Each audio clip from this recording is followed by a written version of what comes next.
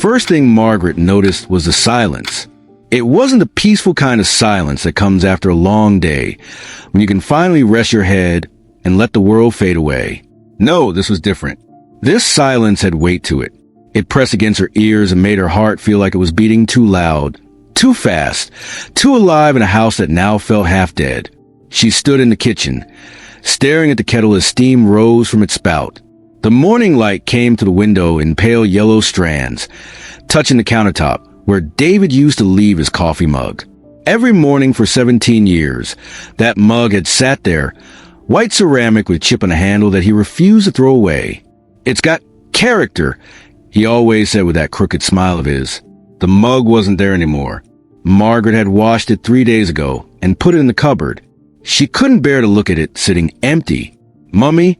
The small voice came from behind her. Margaret turned to see her daughter, Emma, standing in the doorway. The child was 6 years old, with dark curls that tumbled past her shoulders and eyes that seemed too old for her face now. Eyes that had seen her father collapse in the garden while planting tomatoes. Eyes that had watched the ambulance take him away and never bring him back. "Yes, sweetheart." Margaret's voice cracked. She cleared her throat and tried again. "Are you hungry?" Emma shook her head slowly. She was wearing her pink pajamas with the little rabbits on them, the ones David had bought her for her last birthday. She clutched a stuffed elephant to her chest, the same elephant she'd slept with since she was a baby. "I heard him again last night," Emma said quietly.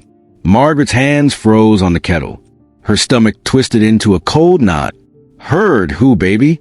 "Daddy." The word hung in the air between them like a ghost. Margaret set the kettle down carefully, her hands shaking just a little. She walked over to Emma and knelt down so they were eye to eye. She could see the dark circles under her daughter's eyes, the exhaustion written across her small face. "Emma, honey," Margaret said gently, reaching out to tuck a curl behind the child's ear. "Daddy isn't here anymore. Remember? We talked about this." "I know he's gone," Emma said, and her voice was so matter-of-fact it broke Margaret's heart into smaller pieces than she thought possible. "But I still hear him, walking around. His footsteps." Margaret pulled her daughter into a tight hug, breathing in the smell of her strawberry shampoo. She closed her eyes and felt tears trying to push their way out, but she held them back. She had to be strong. She had to be strong for Emma. "Sometimes when we miss someone very much," Margaret whispered, "our mind plays tricks on us. It makes us think we hear things or see things that aren't really there. It's because we want them to be there so badly." Emma didn't say anything for a long moment. Then she pulled back and looked up at her mother with those two old eyes. "But Mummy, I really do hear him." The funeral had been 2 weeks ago, but it felt like both yesterday and a lifetime ago all at once. Margaret remembered standing at the grave in her black dress, the one she bought in a rush because she didn't own anything appropriate for burying her husband at 42 years old. She remembered the way the priest's words had washed over her, without meaning, just sounds in the air. She remembered Emma's small hand in hers, squeezing so tight it hurt. She remembered David's mother sobbing, and his brother giving a speech about childhood memories that made people laugh through their tears. She remembered the casseroles that appeared on her doorstep afterward, brought by neighbors who didn't know what else to do. Tuna casserole, chicken and rice, beef stew. All of it tasted like cardboard in her mouth. Most of all, she remembered coming home to this house. This house they bought together 8 years ago. This house where they'd painted the nursery yellow before Emma was born. This house where they'd had water fights in the backyard and Christmas mornings and lazy Sunday breakfasts. This house that now felt enormous and empty and wrong. At night, Margaret lay in their bed. Her bed now, she had to keep reminding herself, and stared at the ceiling. She'd moved to the middle of the mattress, unable to bear sleeping on just her side, while David's side stayed cold and untouched. The middle was neutral territory. The middle didn't belong to anyone. That's when she first heard it. Creak. It was the sound of the floorboard in the hallway, the one right outside the bedroom door. The one that always groaned when you stepped on it. The one David used to try to avoid when he came to bed late after watching football, trying not to wake her. Margaret's eyes snapped open in the darkness. Her heart hammered against her ribs. Creak, creak, footsteps, slow and deliberate. moving down the hallway toward the stairs. She sat up in bed, her breath coming fast and shallow. The digital clock on the nightstand glowed 2:17 a.m. in angry red numbers. "Hello," she called out, her voice barely above a whisper. The footsteps stopped. The house fell silent again, that heavy, pressing silence that made her ears ring. Margaret threw back the covers and swung her legs out of bed. Her feet touched the cold floor and she stood, her nightgown hanging loose around her body. She'd lost weight since David died. Food didn't seem important anymore. She walked to the bedroom door and opened it, peering out into the dark hallway. The nightlight in Emma's room cast a faint glow, creating strange shadows on the walls. David. The name escaped her lips before she could stop it. Nothing. No sound. No movement. Margaret stood there for a long time, listening to her own breathing and the distant hum of the refrigerator downstairs. Finally, she closed the door and went back to bed, telling herself it was just the house settling. Old houses made noises. That's all it was. But deep down, in a place she didn't want to examine too closely, she hoped it was him. Days blended into each other like watercolors running together on wet paper. Margaret went through the motions of living. She made breakfast for Emma, though neither of them ate much. She helped her daughter get dressed for school, combed her hair, packed her lunch with the same items Emma never finished. Sandwich with the crust cut off, apple slices, cheese crackers. She drove Emma to school in the old sedan, the one David had always meant a trade-in, but never got around to. The passenger seat still had a coffee stain on it from the time he'd hit a pothole and spilled his entire cup. Margaret couldn't bring herself to clean it. After drop-off, she'd drive home, and the house would swallow her whole. The dishes piled up in the sink. The laundry sat in baskets, unfolded. The mail accumulated on the counter, bills and advertisements, and sympathy cards from people she barely remembered. Everything felt pointless. Why wash dishes when they'd just get dirty again? Why fold laundry when they'd just wear it and it would need washing? Why open mail when it was just more reminders that life kept going, indifferent to her pain? Margaret's sister, Patricia, called every day. "How are you holding up?" Patricia would ask, her voice thick with concern. "I'm fine," Margaret would lie. "We're managing. I can come stay with you for a while. Help with Emma. Help with the house. We're okay, really. I just need time." Time. As if time could heal this. As if enough days passing could somehow make the David-shaped hole in her life any smaller. But Patricia meant well. So Margaret kept lying. Kept saying she was fine. Kept pretending she wasn't drowning. The truth was, she'd started talking to him. In the morning, while making coffee, she'd say, "David, I can't remember if you paid the electric bill before." In the afternoon, while folding that laundry she'd finally gotten to, she'd murmur, "Your mother called again. I don't know what to tell her. She keeps crying." At night, lying in bed, she'd whisper into the darkness, "I miss you so much it feels like my chest is caving in. How am I supposed to do this alone? How am I supposed to raise our daughter without you?" The house never answered, but she kept talking anyway. And then there were the footsteps. They came every night now, regular as clockwork, always around 2 in the morning. Always the same pattern, starting in the hallway outside the bedroom, moving toward the stairs, descending slowly, step by step. Margaret stopped calling out, stopped checking. She just lay in bed and listened, her eyes closed, her hands clutched over her heart. Sometimes she cried, sometimes she didn't, but always she whispered, "Good night, David." Emma stopped eating her lunches. Margaret found them in her backpack at the end of each day, untouched. The sandwiches still wrapped, the apple slices brown and wilted, the crackers unopened. "Why aren't you eating, sweetheart?" Margaret asked one afternoon, trying to keep the worry out of her voice. Emma sat at the kitchen table, swinging her legs back and forth, her eyes fixed on something Margaret couldn't see. "Not hungry," the child said simply. "You have to eat something. You're growing. Your body needs food." Emma looked up at her mother then, and something in her expression made Margaret's skin prickle. "Does Daddy need to eat?" Emma asked. The question hung in the air like smoke. "Emma, Margaret sat down heavily in the chair next to her daughter. Baby, Daddy isn't here anymore. We've talked about this. But he comes to visit, Emma said, her voice so calm, so certain. I see him sometimes. Margaret's throat tightened. Sweetie, it's your imagination. Or dreams. When we miss someone, we dream about them. It's not dreams, Emma insisted. She leaned forward, her small hands pressed flat on the table. I see him when I'm awake. He stands in my doorway at night and watches me. He looks sad, Mummy. Really, really sad. Tears sprang to Margaret's eyes. She reached out and took Emma's hands in hers. Oh, honey, I know this is so hard. I know you miss him. I miss him too, more than anything in the world. But you hear him too, Emma interrupted. I know you do.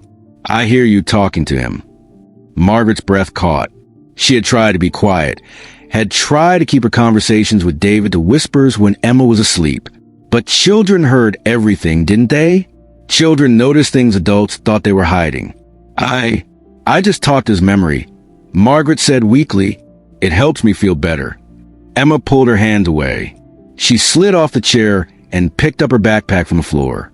Okay, Mummy, she said in that too mature voice. If you say so. She walked toward the stairs, her footsteps soft on the hardwood floor. Then she stopped and turned back. But Mummy? Yes, baby? Emma's face was serious, her dark eyes glittering with something Margaret couldn't identify. Fear? Knowledge? Something else entirely? That's not Daddy who walks around at night, she said quietly. Daddy comes only when you're asleep. The words hit Margaret like ice water. What do you mean? But Emma was already climbing the stairs, her backpack bouncing against her small shoulders, leaving her mother sitting alone at the kitchen table with her heart racing and her mind spinning. Margaret couldn't sleep that night. She lay in bed with every light in the house turned on, the glow seeping under her bedroom door like artificial daylight. Emma's words kept echoing in her head, over and over, a terrible loop she couldn't escape. That's not Daddy who walks around at night. Daddy comes only when you're asleep. What did that mean? What could it possibly mean? Children had wild imaginations. Everyone knew that. Emma was processing her grief in her own way, creating stories to help her understand the incomprehensible fact that her father was gone forever. That had to be it. That was the only rational explanation. But Margaret couldn't shake the cold dread that had settled in her stomach like a stone. The clock ticked toward 2 a.m. Margaret watched the numbers change. 147, 153, 202. Her body was tense, every muscle coiled tight, waiting. Creak. There it was, the floorboard outside her door. But this time, Margaret forced herself to really listen. She held her breath and focused every bit of her attention on that sound. Creak, creak. The footsteps were slow, deliberate, but there was something about them that suddenly seemed wrong. They were too heavy. David had been a tall man, yes, but slender. These footsteps had weight to them, a heaviness that made the floorboards groan. Creak, creak, creak. Moving toward the stairs now, just like always. Margaret threw off her covers and stood up. Her legs felt weak, but she made herself walk to the door. She put her hand on the knob, feeling the cool metal against her palm. Just open it, she told herself. Open it and you'll see there's nothing there. It's just a house. Just old wood expanding and contracting with temperature changes. That's all. She turned the knob and pulled the door open. The hallway was empty, but the footsteps continued. Down the stairs now, one step at a time. Margaret stepped into the hallway, her bare feet silent on the floor. She could feel her heartbeat in her throat, in her ears, pounding so loud it almost drowned out the sound of those descending steps. She moved to the top of the stairs and looked down into the darkness below. She'd turned on all the lights, but somehow the downstairs still looked dark, shadows pooling in corners and doorways. The footsteps reached the bottom of the stairs. Then they stopped. Margaret stood frozen, her hand gripping the banister so tight her knuckles turned white. David, she whispered, is that really you? The silence that followed felt alive, like it was watching her, waiting to see what she would do next. Then, From somewhere in the darkness below came a sound that made every hair on her body stand straight up. A voice, low and rasping and wrong. Margaret. It knew her name. It said her name. But the voice was all wrong. Like someone trying to speak with a mouth full of gravel, like words filtered through water and mud, and something else, something she had no name for. Margaret's hand flew to her mouth, stifling a scream. This wasn't David. Whatever was in her house, walking her hallways, it wasn't her husband. She stumbled backward, her legs finally working again, and ran to Emma's room. She threw open the door and found her daughter sitting up in bed. The stuffed elephant clutched her chest, her eyes wide and dark in the glow of the nightlight. "Mummy," Emma whispered. Margaret rushed to the bed and climbed in, pulling Emma into her arms. They huddled together under the covers, mother and daughter, holding each other in the darkness, while something that shouldn't exist walked through their home below. "It's okay," Margaret breathed, though she didn't believe it. "It's okay. We're okay." "I told you," Emma whispered against her mother's chest. "That's not Daddy." They stayed like that for hours, neither of them sleeping, both of them listening to sounds from below. Footsteps moving from room to room, doors opening and closing, the scrape of furniture being moved across floors. When dawn finally came, pale and gray through Emma's window, the sound stopped. The house fell silent again, and Margaret knew, with absolute certainty, that everything had changed. They didn't talk about it at breakfast. Margaret made eggs and toast with hands that shook slightly, and Emma sat at the table drawing pictures with her crayons. Neither of them mentioned the night before. Neither of them acknowledged what they'd heard. But Margaret kept glancing at the doorway, half expecting to see something standing there. She called Emma in sick to school. She couldn't bear to leave her daughter alone in this house, and she couldn't bear to be alone in herself. So they stayed together, two survivors clinging to each other. "Emma," Margaret said finally, as the morning sun climbed higher in the sky, "when you said that Daddy comes only when I'm asleep, what did you mean?" Emma looked up from her drawing. She'd been coloring a picture of their family, stick figures holding hands. 3 figures.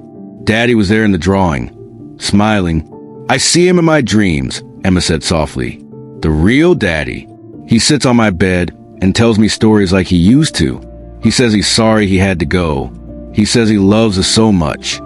Tears rolled down Margaret's cheeks before she could stop them. And when you're awake, what do you see then?" Emma's crayon stopped moving across the paper. "Something else," she whispered. "Something that looks like him sometimes, but it's not. It's wrong, Mummy.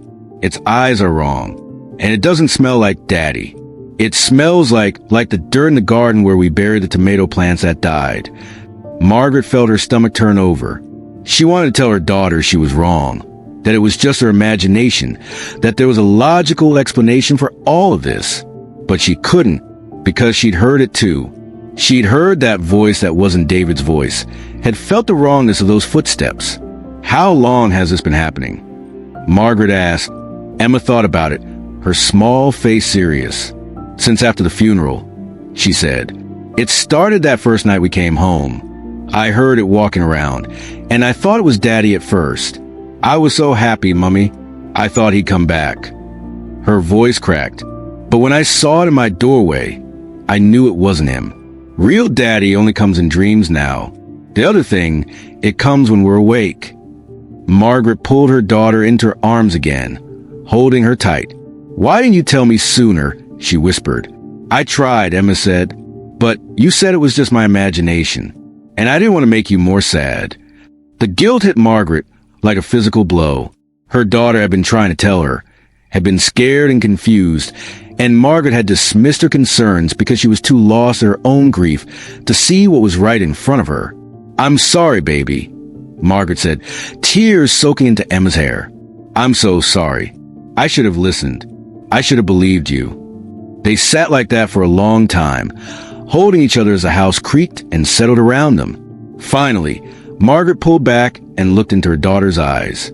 "Tonight," she said, "we're going to stay awake together, both of us, and we're going to figure out what this thing is and what it wants."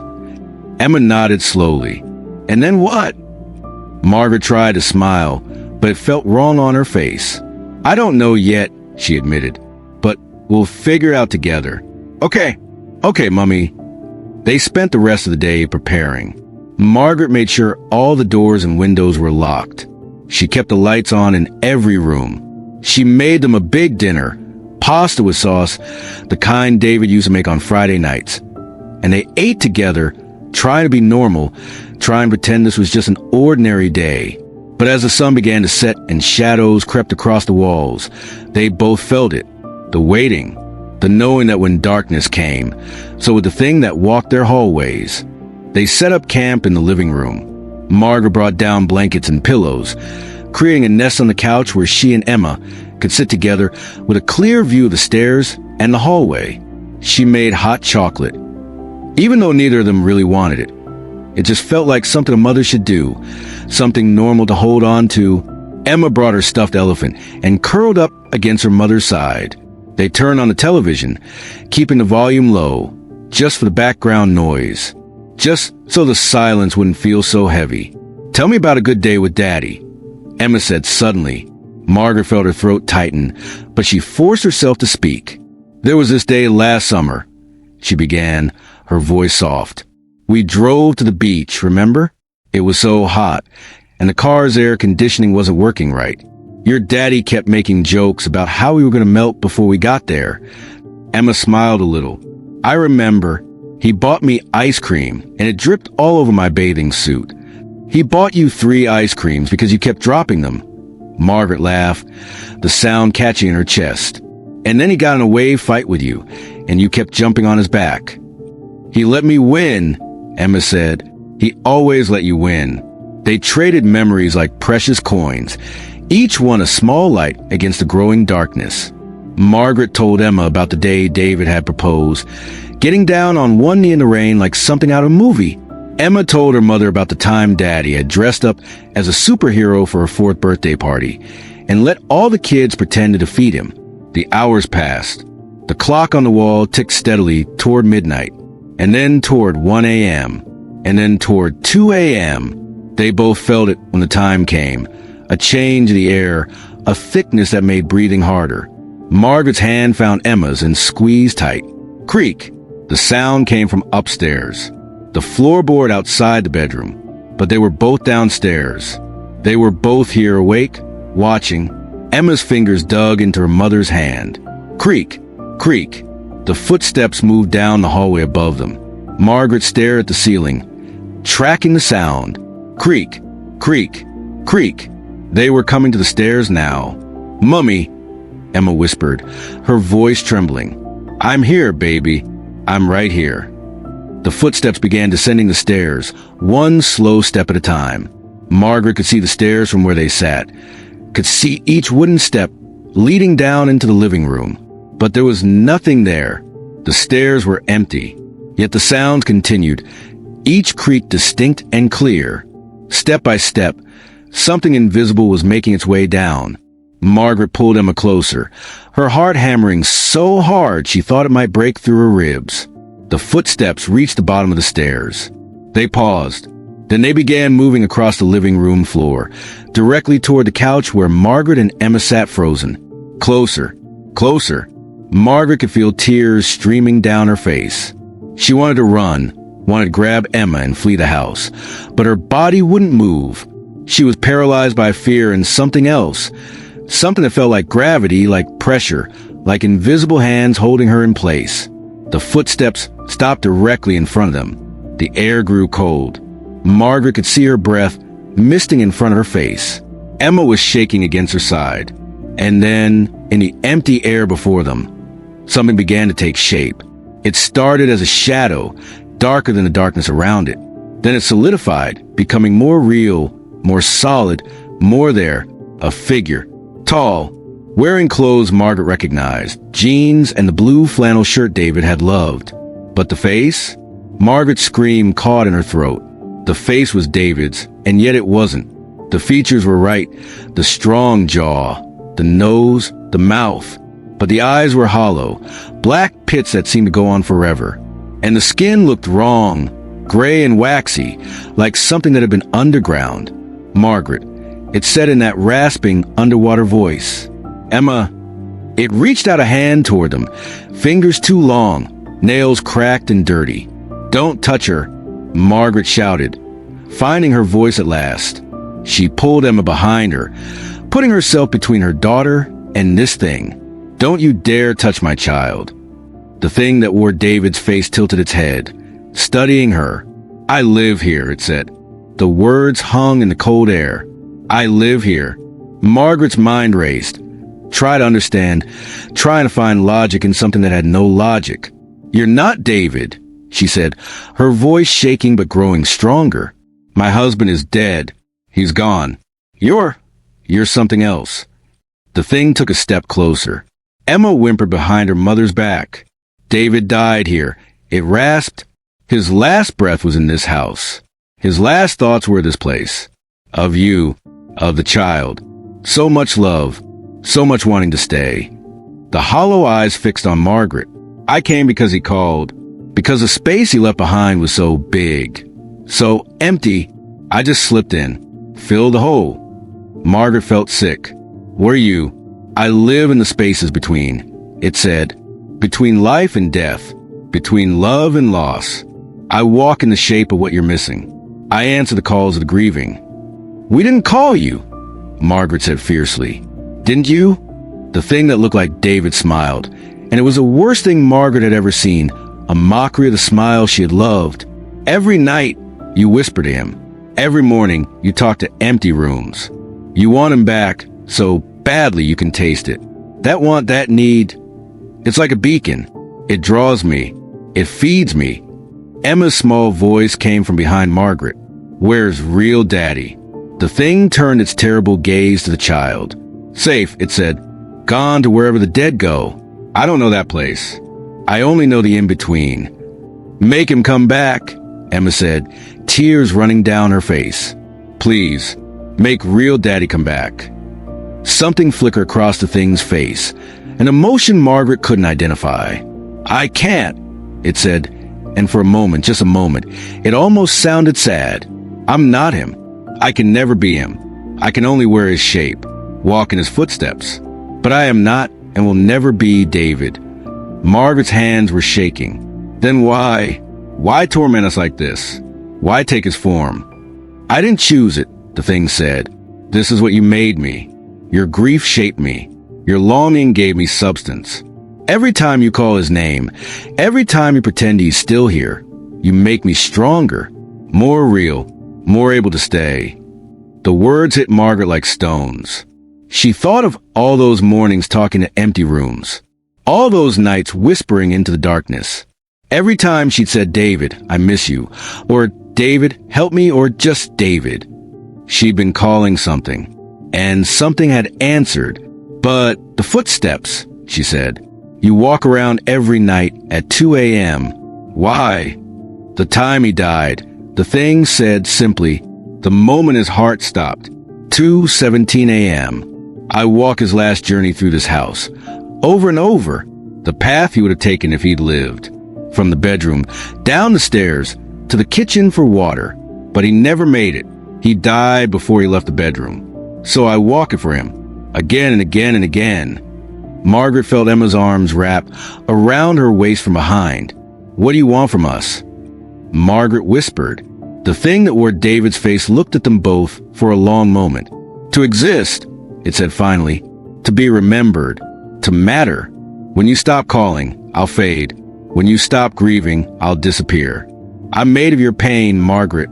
Your sorrow sustains me. So we have to forget him?" Emma's voice was small and broken. "We have to stop loving Daddy."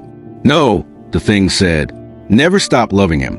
But stop calling for him to return. Let him rest. Let him be truly gone. Only then can you be free. Only then can I release this shape and return to the spaces between things." Margaret understood then. This creature wasn't evil. It wasn't trying to hurt them. It was just doing what its nature demanded. Filling empty spaces. Taking the shapes of the missing. Existing in the terrible gap between what was and what could never be again. But that didn't make it any less wrong. Any less terrifying. Any less other. "If we stop," Margaret said slowly, "if we let go, you'll leave?" "I'll have nothing to hold me here," it confirmed. I'll drift back to the in-between, back to the spaces that exist between heartbeats, between breaths, between life and death. Margaret looked down at Emma, at her daughter's tear-stained face.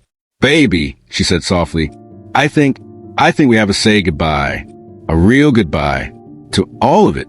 Emma nodded, crying so hard her whole body shook. Margaret looked back at the thing. Give us tonight, she said. Let us have tonight to remember him, to say goodbye properly. And tomorrow we'll let go.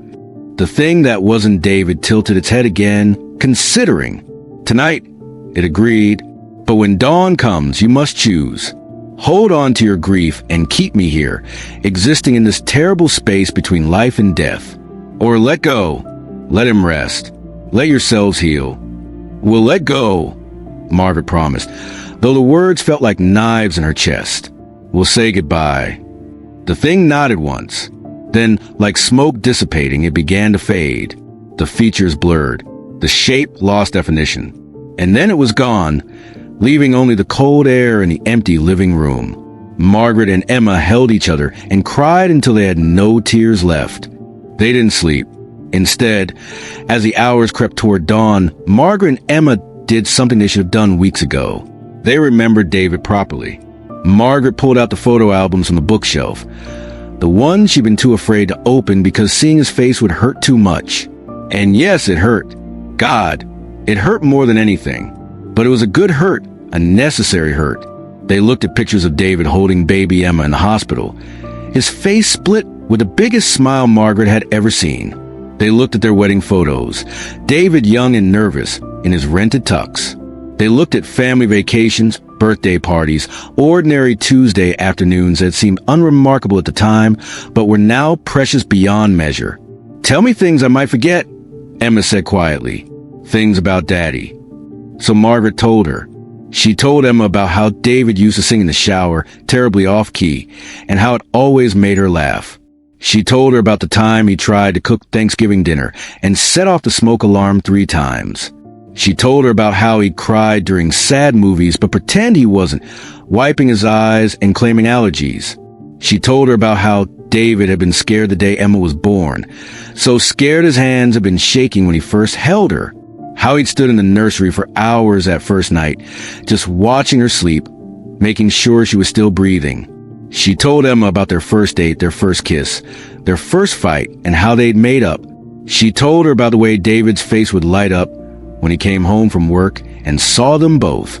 How he'd drop everything just to play tea party with Emma or help her build elaborate blanket forts. He loved you so much, Margaret whispered. More than anything in this world. Being your daddy was the thing he was most proud of. I know, Emma said. I could always feel it. As the sky outside began to lighten, gray first, then pink, then the pale blue of early morning, Margaret felt something shift inside her. The grief was still there. It would always be there, she understood now, but it felt different somehow. Lighter, like she could finally breathe around it instead of choking on it. Mummy, Emma said, watching the sun rise through the window. I think it's time. Margaret nodded. She stood up, taking Emma's hand, and walked the bottom of the stairs. Together, they looked up at the empty hallway above. David, Margaret said, and this time his name didn't hurt quite so much. I love you. I will always love you. But you're gone now, and we have to accept that. We have to let you rest. We'll remember you every day, Daddy, Emma added, her voice steady and clear. But we won't call for you to come back anymore. We'll let you be at peace. Margaret took a deep breath. This was the hard part, the final part. Goodbye, she whispered. Goodbye, Daddy, Emma echoed. And then, because they both knew what had to happen, Margaret said the words that felt like letting go of a rope that had been the only thing keeping her from falling. We release you from this place. We release you from our need. Rest now. Be at peace. We'll be okay. I promise we'll be okay.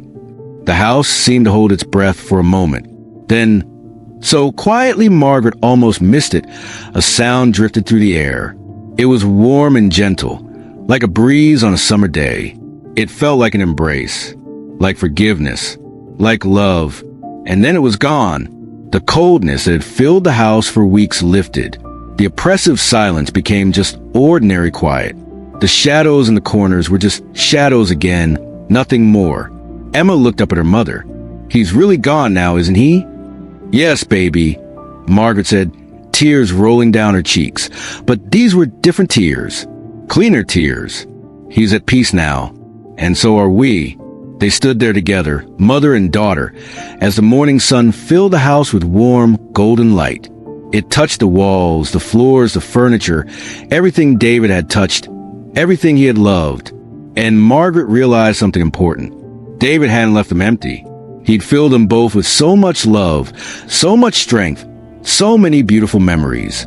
Those things were still there. They would always be there. He hadn't left them with nothing. He'd left them with everything that mattered. 3 months later, Margaret stood in the kitchen making coffee. The morning light came through the window in those same pale yellow strands, touching the counter where David's mug no longer sat. But this time, the empty space didn't break her heart. Emma came running in, her backpack bouncing on her shoulders, ready for school. She was smiling, really smiling, for the first time since the funeral. "Mummy, I had a dream about Daddy last night," she said excitedly. Margaret tensed for just a moment, then relaxed. "Tell me about it, sweetie." "He was in a beautiful garden, and he looked happy. Really, really happy. And he said to tell you that he's proud of us, that we're doing good."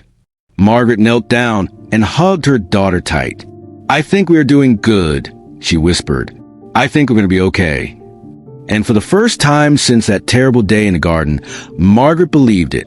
The house was quiet now, peacefully quiet. No footsteps in the night, no cold spaces, no shadows that didn't belong. Just a home, just a mother and daughter learning to live again. Learning that grief doesn't mean holding on forever. That loving someone doesn't mean refusing to let them go. That saying goodbye is sometimes the most loving thing you can do. The wounds were still there. They would scar. But scars are just proof that you survived something, that you healed, that you were strong enough to keep going. As Margaret drove Emma to school that morning, she glanced in the rearview mirror and could swear she saw something, just for a second, in the back seat. A shimmer of light, a feeling of warmth. And she understood. David was gone. But love never really dies. It just changes form, becomes memory, becomes strength, becomes a courage to face each new day. She smiled. "I love you," she whispered. And somewhere, somehow, she knew he heard. Grief is a wound that needs time to heal, but holding too tightly to what we've lost can prevent us from truly honoring those we love. The deepest form of love is knowing when to hold on and when to let go, because only by releasing our desperate grip on the past can we allow both ourselves and those who have departed to find peace. Our loved ones live forever not in the shadows we create by refusing to move forward, but in the light of the beautiful memories we carry and the strength they gave us to keep living. Coming next. But Margaret's story isn't quite over yet, because 3 months after that morning, Emma comes home from school and whispers something that makes Margaret's blood run cold. "Mummy, there's a girl in my class. Her name is Sophie. Her daddy just died last week, and she says something visits her at night. Something that looks like him, but isn't. She asked me how to make it stop." What happens when Margaret realizes that the thing from the in-between didn't just haunt their house? It haunts anyone who grieves too hard, who calls too desperately into the darkness. What happens when she discovers that Sophie's household is something far darker than what they faced? Because Sophie's family isn't ready to let go. And what happens when Margaret understands that she might be the only person who can help, because she's the only one who survived? The shadows are spreading, and some goodbyes are harder than others.